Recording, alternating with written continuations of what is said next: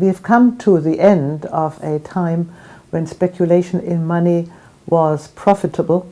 Today, it is clearly to see that money has no relationship to real values anymore.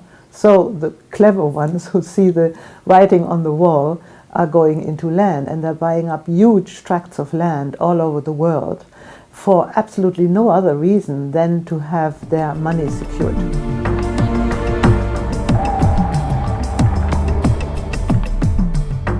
The money and land are so closely connected that there will have to be, if we change the money system, we also have to change the land system.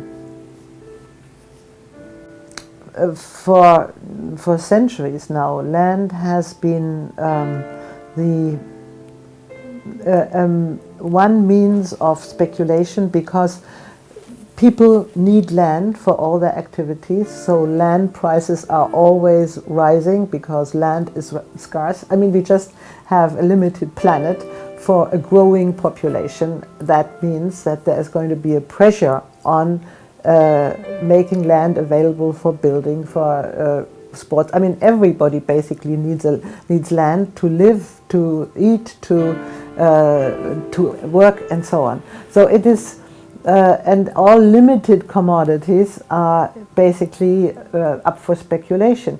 And there are limited commodities like antique furniture or stamps or so on, where it doesn't matter whether people speculate with it.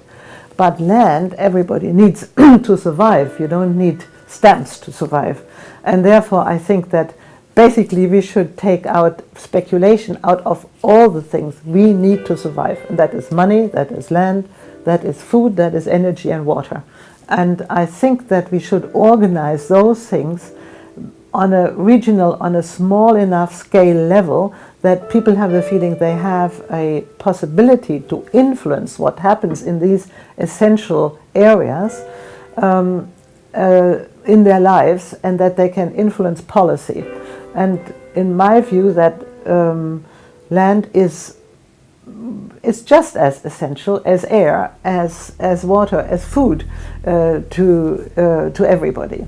Therefore, if anybody profits from an unfair regulation concerning land, which we have at the moment, that you can sit on land and wait forever for the price to rise and then sell it at any given moment, then everybody else pays for that. We are seeing it now with the money system. It is basically coming to a point where it's absurd, where its absurdity is open to everybody.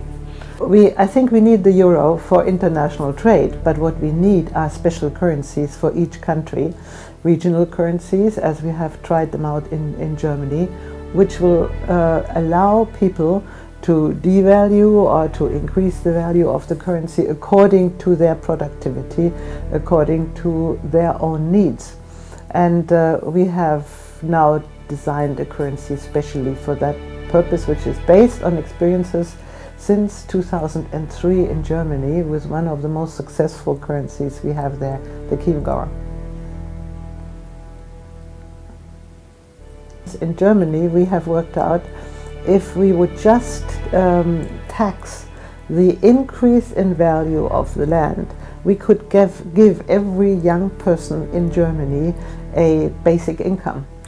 That would be a very useful way of dealing with the tax or redistributing the tax, because this generation is going to be the ones who are going to increase the value of the land in the next generation.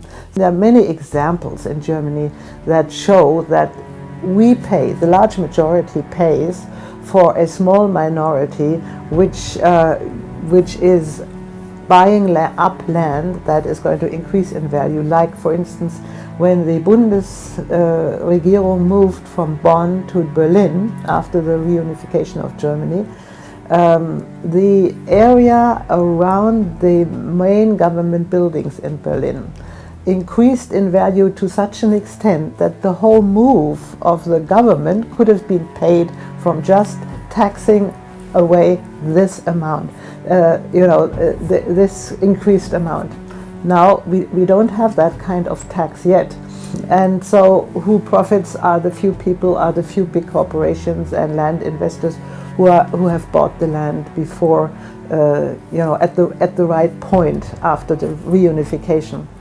In Zurich, for instance, if the walls around the city of Zurich, they were the land in where these protection walls were built, that was sold in the beginning of the 20th century by the city of Zurich. If they had not sold it, the city of Zurich would never have to levy taxes if they had just given leases on the land.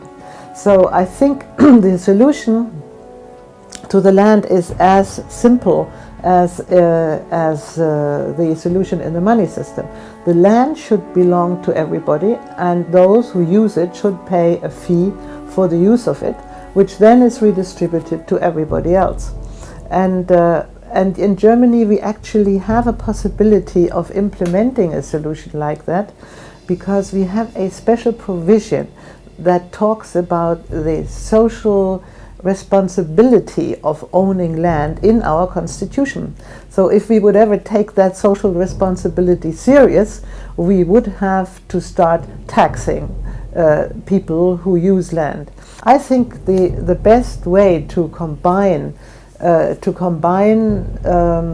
private ownership and public ownership is to have a public ownership of land, but a private ownership of the houses that are built on the land. So you have the responsibility, you have people responsible for keeping their houses intact and in good shape, but at the same time the community, the people who are part of that area would all profit from it. And this is it's not communism. In communism you had public ownership of land and public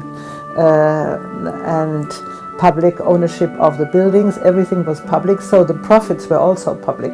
The whole problem we have today is that we have the financial markets determining what is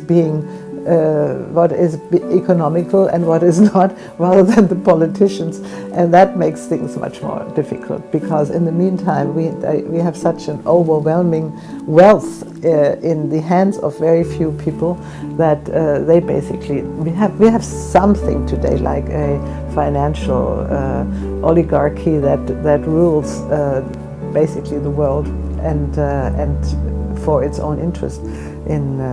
In Brussels, for instance, I know the banks spend about 3 million euros a day to keep things as they are, so that nothing will be changed against their own interests.